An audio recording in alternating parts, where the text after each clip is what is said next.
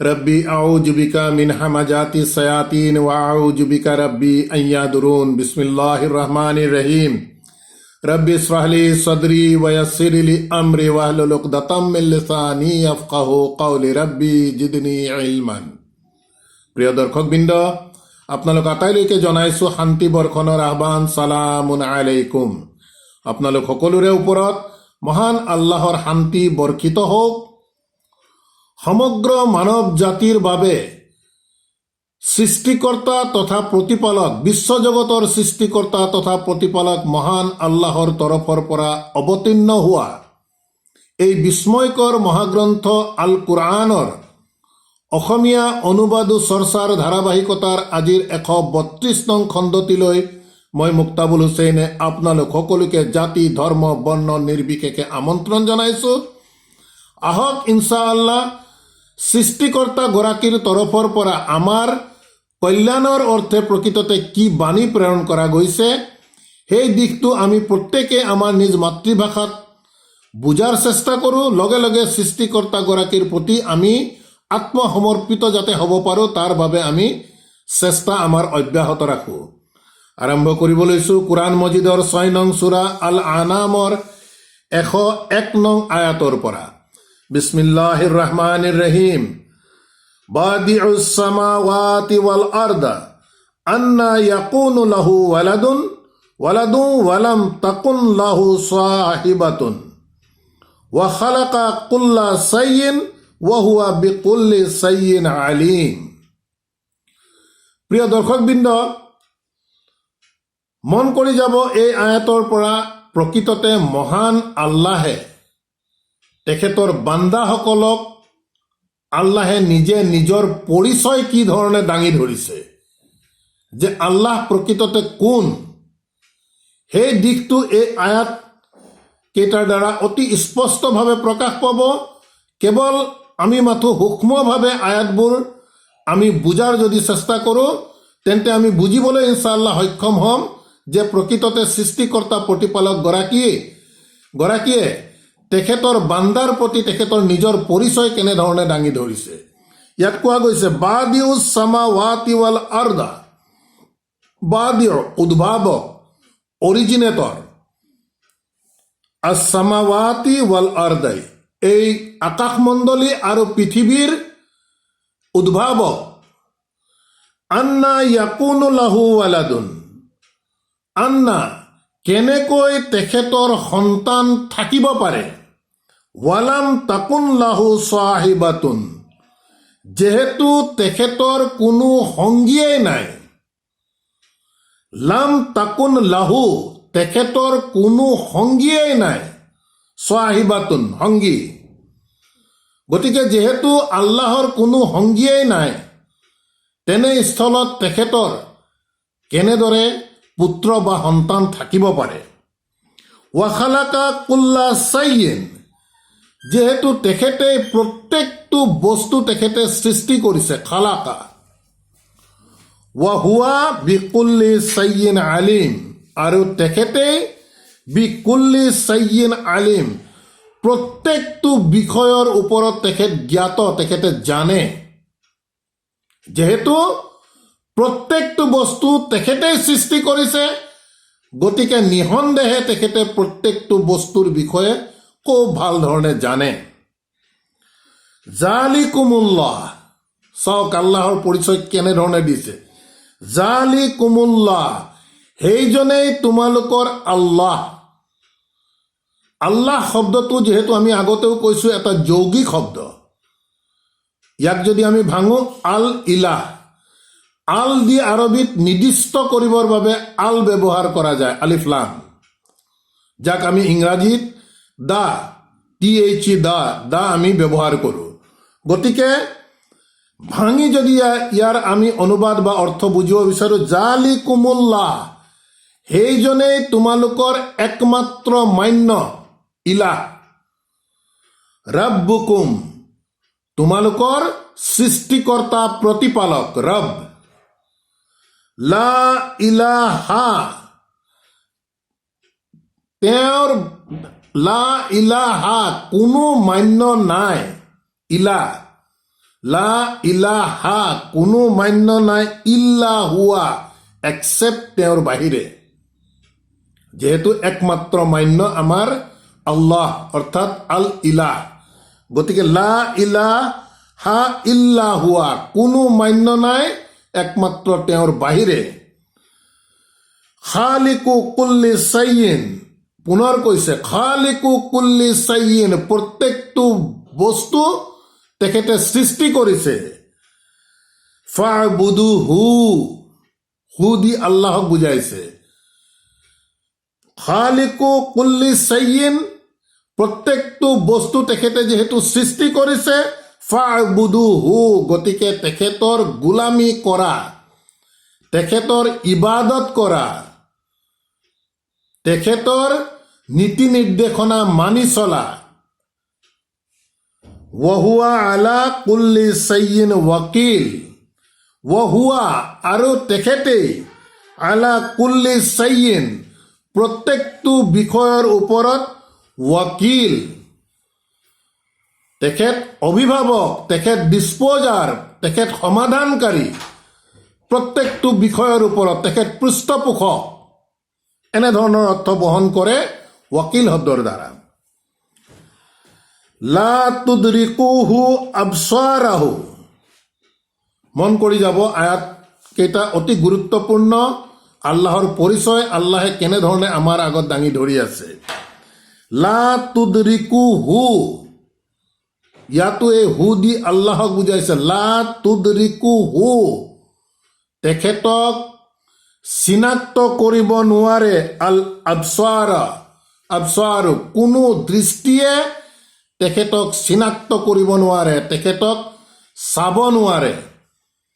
প্ৰকৃততে আৰবী শব্দৰ দ্বাৰা ইয়াক চিনাক্ত, ইদ্ৰাক, গতিকে লা তুদৰিকুহু, তেখেতক কোনোৱে তেখেতক চিনাক্ত কৰিব নোৱাৰে। আবছাৰা, কোনো দৃষ্টিয়ে তেখেতক চিনাক্ত কৰিব নোৱাৰে।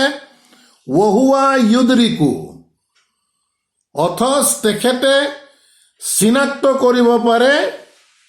আল আবছাৰ, প্ৰত্যেকটো দৃষ্টিক তেখেতে চিনাক্ত কৰিব পাৰে, তেখেতে চাব পাৰে, কিন্তু কোনো দৃষ্টিয়ে তেখেতক চিনাক্ত কৰিব নোৱাৰে। মন কৰি যাব।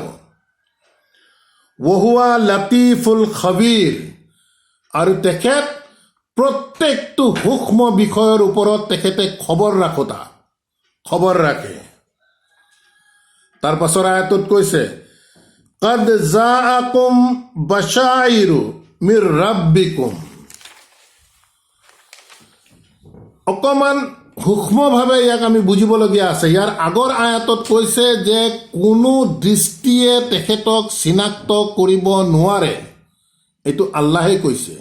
কিন্তু পৰৱৰ্তী আয়াতত কৈছে কাদ জাআকুম, নিশ্চয় তোমালোকৰ ওচৰলৈ আহিছে বাছাইৰু মিৰ ৰাব্বিকুম, তোমালোকৰ প্ৰতিপালকৰ তৰফৰ পৰা আহি পৰিছে তোমালোকৰ দৃষ্টি, অন্তৰ্দৃষ্টি।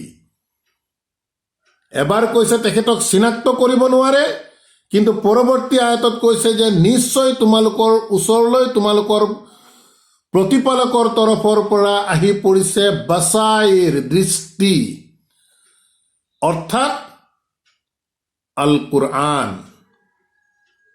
এই আল কুৰআন হৈছে আমাৰ এই চশমাৰ দৰে। চশমা নহ'লে যেনেদৰে আমাৰ বিষয়বস্তুবোৰ স্পষ্ট নহয় চশমা পিন্ধা মানুহৰ বাবে, কিন্তু যেতিয়াই আমি চশমা পিন্ধো তেতিয়া আমাৰ গোটেই বিষয়বস্তুবোৰ আমাৰ স্পষ্ট হৈ পৰে। অৰ্থাৎ বাস্তৱিকতে যদিও আমি আল্লাহক দেখা নাপাওঁ, কিন্তু এই কোৰআনৰ মাজত যেতিয়াই মানুহ সোমাই যাব তেতিয়া আল্লাহৰ অস্তিত্বৰ বাস্তৱতা তেখেতৰ সন্মুখৰ আগত আহি পৰে। তেতিয়া আল্লাহক কি, আল্লাহ কোন, অতি সুন্দৰকৈ তেনে লোকে বুজিব পাৰিব, দেখিব পাৰিব। যদিও বাস্তৱ দৃষ্টি নহয়, কিন্তু এই কোৰআনক প্ৰকৃততে বাছাইৰ বুলি কোৱা গৈছে, অন্তৰ্দৃষ্টি। এই অন্তৰ্দৃষ্টিৰ দ্বাৰা অৰ্থাৎ এই কোৰাণ হৈছে আমাৰ অন্তৰ্দৃষ্টি। কোৰাণৰ মাজত যদি আমি সোমাই যাওঁ তেতিয়া আল্লাহৰ বাস্তৱ অস্তিত্বৰ বিষয়ে আমি ইনশাআল্লাহ বুজিবলৈ সক্ষম হ'ম। তাৰ পাছত একেটা আয়াতত কৈছে ফামান আবসাৰা, গতিকে যিয়ে চাব, অৰ্থাৎ এই কোৰাণৰ দ্বাৰা যিহেতু আল্লাহৰ বাস্তৱ অস্তিত্বৰ বিষয়ে আমি গম পাওঁ বা দেখো, গতিকে কৈছে ফামান আবসাৰা, যিয়ে চাব, অৰ্থাৎ এই কোৰাণৰ লগত যিয়ে সম্বন্ধ কৰিব, ফালি নাফছিহি, তেওঁ প্ৰকৃততে নিজৰ কাৰণেই কৰিলে সেইটো। ৱামান আমিয়া, আৰু যি অন্ধ হৈ থাকিব, অৰ্থাৎ যি কোৰাণৰ সৈতে সম্পৰ্ক নাৰাখিব, অৰ্থাৎ যি কোৰাণৰ ভিতৰত সোমোৱাৰ চেষ্টা নকৰিব, ফাআলাইহা, তেওঁ প্ৰকৃততে নিজৰ বিৰুদ্ধেই কাম কৰিলে। ৱামা আনা আলাইকুম বিহাফিজিন, এইটো ৰসুল সাল্লাল্লাহু আলাইহি সাল্লামৰ বক্তব্য। ইয়াত কোৱা গৈছে ৱামা আনা আলাইকুম, মই তোমালোকৰ ওপৰত কোনো বিহাফিজিন, মই কোনো অভিভাৱক নহওঁ, হাফিজ নহওঁ, তোমালোকৰ তত্ত্বাৱধায়ক মই নহওঁ, ৰসুল সাল্লাল্লাহু আলাইহি সাল্লামে কৈ আছে। কাজালিকা নুসাৰিফুল আয়াতি, কাজালিকা, এনেদৰে, নুসাৰিফুল আয়াতি, আমি খুলি খুলি বৰ্ণনা কৰিছো, আমি খুলি খুলি ব্যাখ্যা কৰিছো আমাৰ বাণীসমূহ, আমাৰ আয়াতসমূহ। ৱালি ইয়াকুলু দাৰাসাত, তাৰ পাছতো সিহঁতে কয়, ৱালি ইয়াকুলু দাৰাসাত, যে তুমি পঢ়ি আছা, তুমি পঢ়ি আহিছা, বা তোমাক কোনোবাই পঢ়াই দিছে, তুমি যে খুলি খুলি যে আল্লাহৰ আয়াতসমূহ বৰ্ণনা কৰিছা, এই বৰ্ণনা শুনি সেই অবিশ্বাসী লোকসকলে কয় দাৰাসাত, যে তুমি পঢ়ি আহিছা এতিয়া।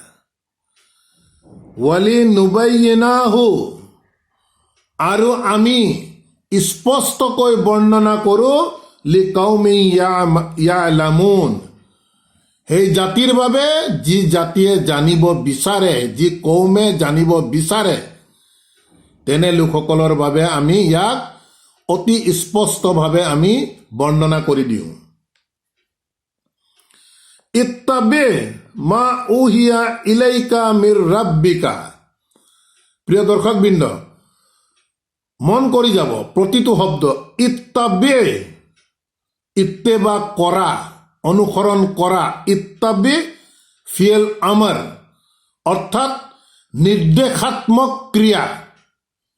আল্লাহে ৰসুল সাল্লাল্লাহু আলাইহি সাল্লামক হুকুম কৰি পেলাই কৈছে যে ইত্তাবি, যে ইত্তেবা কৰা, অনুসৰণ কৰা, মা উহিয়া ইলাইকা, ছেকেণ্ড পাৰ্চন, যি তোমাৰ ওপৰত ৱহি কৰা গৈছে, মিৰ ৰাব্বিকা, তোমাৰ প্ৰতিপালকৰ তৰফৰ পৰা। কোনো ধৰণৰ ভাঁজ নাই আয়াতত, ইয়াতকে আৰু হয়তো স্পষ্টকে ক'ব নোৱাৰিব। যেহেতু এই হুকুম ৰসুল সাল্লাল্লাহু আলাইহি সাল্লামক স্পষ্ট ভাষাৰে মহান আল্লাহে হুকুম দি কৈছে, ইত্তাবি মা উহিয়া ইলাইকা মিৰ ৰাব্বিকা, তোমাৰ প্ৰতিপালকৰ তৰফৰ পৰা তোমাৰ ওপৰত যি ৱহি কৰিছে তাক তুমি ইত্তেবা কৰা। গতিকে আমি সাধাৰণ মুছলিম হিচাপেও আমি কি বিশ্বাস নকৰিম নে যে আমাৰ ৰসুল সাল্লাল্লাহু আলাইহি সাল্লামৰ প্ৰতি যি হুকুম কৰিছে সেই কাম আমাৰ ৰসুলে নকৰিব বুলি? আৰু যদি বিশ্বাস কৰোঁ তেন্তে আমি মানি ল'ব লাগিব তেখেতে ইত্তেবা কৰিছিলে, তেখেতে অনুসৰণ কৰিছিলে একমাত্ৰ তেখেতৰ ওপৰত ৱহি হোৱা এই আল কুৰআন। কাৰণ ইয়াৰ বাহিৰত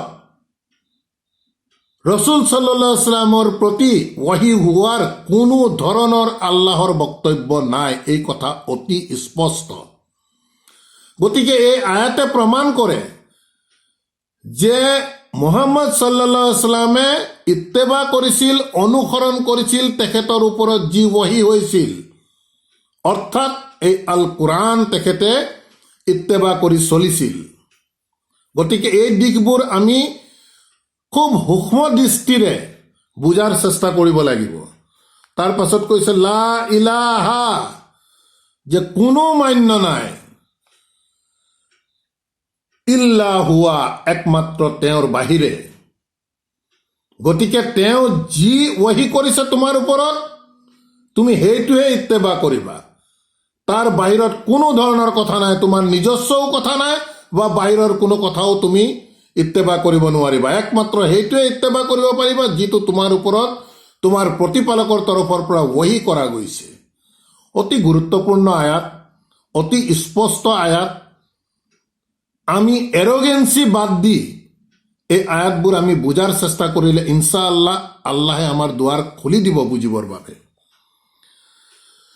ওয়া আৰিদ আনিল মুশৰিকিন, ওয়া আৰিদ পুনৰ হুকুম কৰিছে, এইটো ফিয়েল আমাৰ, ওয়া আৰিদ গতিকে মুখ ফিৰাই দিয়া, আনিল মুশৰিকিন যিসকলে আল্লাহৰ সৈতে অংশীদাৰিত্ব স্থাপন কৰিছে সিহঁতৰ পৰা মুখ ঘূৰাই দিয়া, এইটো হুকুম কৰি কৈছে। ৱালাউ শাআ আল্লাহু, যদি আল্লাহে ইচ্ছা কৰিলেহেঁতেন, মা আশৰাকু সিহঁতে অংশীদাৰিত্ব নকৰিলেহেঁতেন। কিন্তু এই পৃথিৱীখন যিহেতু আল্লাহে কৈ আছে যে পৰীক্ষা থলী, গতিকে আল্লাহে আল্লাহৰ কিতাপৰ প্ৰতি কাকো ডিঙিত ধৰি টানি কিতাপৰ মাজলৈ নানে বা কিতাপৰ মাজত থকা মানুহক কাকো ডিঙিত ধৰি গটিয়াই উলিয়াই নিদিয়ে। আল্লাহৰ চৰিত্ৰ এইটো অপেন কৰি দিছে। আল্লাহে বাণী পঠিয়াইছে, ৰচুলৰ মাধ্যমত বাণী পঠিয়াইছে। তাৰ পাছতো কৈছে যে দিনক লৈ কোনো জোৰ জবস্ত নাই, যাৰ ইচ্ছা আছে ইয়াক তোমালোকে মানা, যাৰ ইচ্ছা নাই ইয়াক তুমি অস্বীকাৰ কৰা, তোমালোক মোৰ ওচৰলৈ আহিবই লাগিব। এয়া হৈছে আল্লাহৰ স্পষ্ট ঘোষণা, কোৰআনৰ মাধ্যমত ঘোষণা কৰিছে। গতিকে আল্লাহে কৈছে ৱালাউ শাআ আল্লাহু, যদি আল্লাহে ইচ্ছা কৰিলেহেঁতেন, মা আশৰাকু সিহঁতে অংশীদাৰিত্ব নকৰিলেহেঁতেন, ওয়ামা জাআলনাকা আলাইহিম হাফিজান, পুনৰ ৰসুল সাল্লাল্লাহু আলাইহি ওয়াসাল্লামক কৈছে ওয়ামা জাআলনাকা, আমি তোমাক বনাই দিয়া নাই, আলাইহিম সিহঁতৰ ওপৰত, হাফিজান কোনো তত্ত্বাৱধায়ক বনাই দিয়া নাই। তোমাৰ প্ৰতি ওহী কৰিছো, তুমি নিজে ওহী অনুসৰণ কৰা আৰু এই ওহী তুমি প্ৰচাৰ কৰা। তাৰ বাহিৰে তোমাৰ সিহঁতৰ ওপৰত আমি তোমাক তত্ত্বাৱধায়ক বনোৱা নাই, হাফিজ বনোৱা নাই।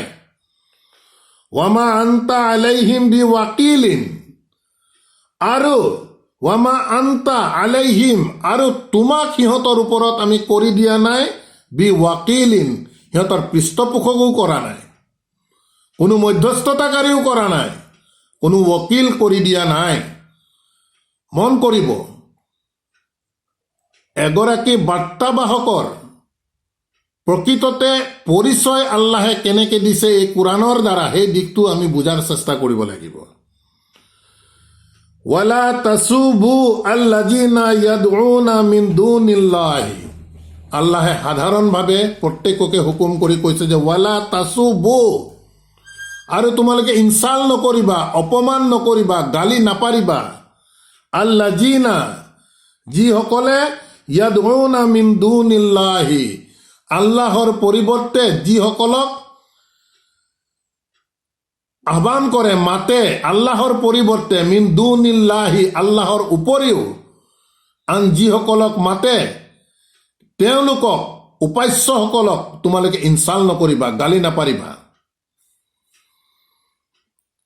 ফা ইয়াসুবুল্লাহু আদৱান, তেতিয়া কি হ'ব, আল্লাহৰ যিসকল বিৰোধী আছে, শত্ৰু আছে, ফা ইয়াসুব্বু তেতিয়া সিহঁতেও আল্লাহক অপমান কৰিব, গালি পৰিব, বি গাইৰি ইলমিন তেওঁলোকে নজনাকৈ, জ্ঞান নথকাকৈ। কাজালিকা জায়্যান্না লিকুল্লি উম্মাতিন আমালুহুম, কাজালিকা এনেদৰে, জায়্যান্না আমি আকৰ্ষণীয় কৰি দিছো, লিকুল্লি উম্মাতিন প্ৰত্যেকটো জাতিৰ বাবে, আমালাহুম সিহঁতৰ কৰ্মসমূহ, সিহঁতৰ ধৰ্মীয় নীতিসমূহ, আমি আকৰ্ষণীয় কৰি দিছো। কৰি থাকক। সুম্মা ইলা ৰাব্বিহিম মাৰজিউহুম, সুম্মা ইলা ৰাব্বিহিম, তাৰ পাছত সিহঁতৰ প্ৰতিপালকৰ প্ৰতি মাৰজিউহুম, সিহঁতে ঘূৰি আহিবই লাগিব।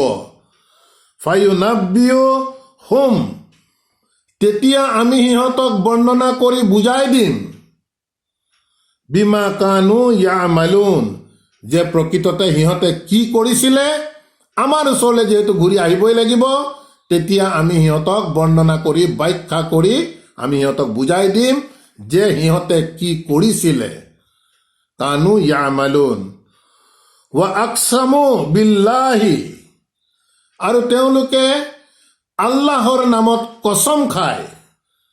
জাহাদা আইমানিহিম, সিহঁতৰ আটাইতকৈ ষ্ট্ৰংগেষ্ট ডাঙৰ ডাঙৰ কসমসমূহ সিহঁতে আল্লাহৰ নামত কসম খাই কয়, লাইন জাআতহুম আয়াতু, যদি সিহঁতৰ ওচৰলৈ আহে কোনো অলৌকিক নিদৰ্শন, যিহেতু আমি ইতিমধ্যে পঢ়ি আহিছো মুহাম্মদ সাল্লাল্লাহু আলাইহি ওয়াসাল্লামক বিৰোধী পক্ষই অবিশ্বাসকাৰীসকলে বাৰে বাৰে ডিমাণ্ড দি আছিলে যে তুমি আল্লাহৰ পৰা তোমাৰ অলৌকিক নিদৰ্শন আমাৰ প্ৰতি আনি দেখুওৱা। সেই দিশটোৱে ইয়াত কৈছে যে সিহঁতে সিহঁতৰ আটাইতকৈ ষ্ট্ৰংগেষ্ট কসমসমূহ খাই সিহঁতে কয় যে যদি জাআতহুম আয়াতুন, সিহঁতৰ ওচৰত এই অলৌকিক নিদৰ্শনসমূহ আহে, লা ইউমিনুন্না বিহা, তেতিয়া আমি ইয়াৰ ওপৰত নিশ্চিতভাৱে বিশ্বাস কৰিম। কুল, তেতিয়া ৰসুল সাল্লাল্লাহু আলাইহি ওয়াসাল্লামক হুকুম কৰি আল্লাহে কৈছে, কুল, এইটো ফিয়েল আমাৰ হুকুম কৰিছে, কুল, কৈ দিয়া, ইন্নামাল আয়াতু ইনদাল্লাহি, কৈ দিয়া যে এই অলৌকিক নিদৰ্শনসমূহ আল্লাহৰ ওচৰত আছে, ইনদাল্লাহি। ওয়ামা ইউসিৰুকুম, তেতিয়া আল্লাহে সাধাৰণভাৱে কৈছে যে সিহঁতক কেনেকৈ বুজাম যে আন্নাহা ইজ জাআত, যে যদিও এই অলৌকিক নিদৰ্শন আহে, লা ইউমিনুনা, তেতিয়াও সিহঁতে বিশ্বাস নকৰে। ওয়া নুকাল্লিবু, আল্লাহৰ তৰফৰ পৰা কোৱা গৈছে, ওয়া নুকাল্লিবু, আমি ঘূৰাই দিছো, আফইদাতাহুম, সিহঁতৰ অন্তৰ, সিহঁতৰ বুজ আমি সিহঁতক ঘূৰাই দিছো। ওয়া আবসাৰাহুম, আৰু সিহঁতৰ দৃষ্টি আমি ঘূৰাই দিছো। আল্লাহে কৈ আছে, কামা লাম ইউমিনুনা বিহি আউৱালা মাৰৰাতিন, যিদৰে প্ৰথমবাৰ সিহঁতি বিশ্বাস কৰা নাছিলে, আউৱালা মাৰৰাতিন, প্ৰথমবাৰৰ সময়ত, লাম ইউমিনুনা বিহি, যে সিহঁতে বিশ্বাস কৰা নাছিলে প্ৰথমবাৰতে, ৰসুল সাল্লাল্লাহু আলাইহি ওয়াসাল্লামৰ আহ্বানক যিহেতু তেওঁলোকে অস্বীকাৰ কৰিছিলে, গতিকে আমি সিহঁতৰ এই বোধ, অন্তৰ তথা সিহঁতৰ দৃষ্টি আল্লাহে কৈছে আমি ঘূৰাই দিছো। ওয়া নাজাৰুহুম ফি তুগয়ানিহিম ইয়ামাহুন, ওয়া নাজাৰহুম, আৰু সিহঁতক আমি এৰি দিছো, ফি তুগয়ানিহিম ইয়ামাহুন, যে অন্ধৰ দৰে সিহঁতে সিহঁতৰ অবাধ্যতাৰ বাবে যেনি তেনি ঘূৰি ফুৰিবৰ বাবে আমি এৰি দিছো। সিহঁতে যি ধৰ্মনীতি বনাই লৈছে, আল্লাহৰ উপৰিও তেওঁলোকে যিসমূহক আহ্বান কৰিছে, সেই দিশটো আমিয়ে সিহঁতক আকৰ্ষণীয় কৰি দিছো। গতিকে সেই দিশটোক ইয়াত কোৱা গৈছে যে তুগিয়ানিহিম ইয়ামাহুন, সিহঁতে অন্ধৰ দৰে সিহঁতে অবাধ্যতাত ঘূৰি আছে। গতিকে আলহামদুলিল্লাহ, প্ৰিয় দৰ্শকবৃন্দ, আমাৰ এই আজিৰ অনুবাদ ও চৰ্চাৰ ধাৰাবাহিকতা আমি ইমানতে সমাপ্ত কৰিব বিচাৰিছো। ইনশাআল্লাহ যথেষ্ট গুৰুত্বপূৰ্ণ আয়াত কিছু পৰিমাণে আমি চৰ্চালৈ অনাৰ চেষ্টা কৰিলো। আমি আশা কৰিম ইনশাআল্লাহ আমি প্ৰত্যেকেই আয়াতৰ বিষয়বস্তু তথা গভীৰতাৰ ওপৰত সাধ্যানুসৰি আমি প্ৰত্যেকেই চিন্তা চৰ্চা কৰোঁ, গৱেষণা কৰোঁ। ইনশাআল্লাহ আল্লাহে আমাক আল্লাহৰ এই কিতাপ বুজিবৰ বাবে সহায় কৰিব। আৰু এই কিতাপেই হৈছে বাছাইৰ, আমাৰ চশমা, আমাৰ দৃষ্টি। প্ৰকৃততে আমি আল্লাহৰ দ্বাৰা অহা কথা বতৰাবোৰ চাবৰ কাৰণে, বিষয়বস্তুবোৰ চাবৰ কাৰণে, আল্লাহৰ বাস্তৱ অস্তিত্ব বুজিবৰ বাবে এই কোৰআনে হৈছে বাছাইৰ। আলহামদুলিল্লাহ। ربنا آمنا بما أنزلت واتبعنا الرسول فاكتبنا مع الشاهدين وما علينا إلا البلاغ وما توفيق إلا بالله. سلام عليكم.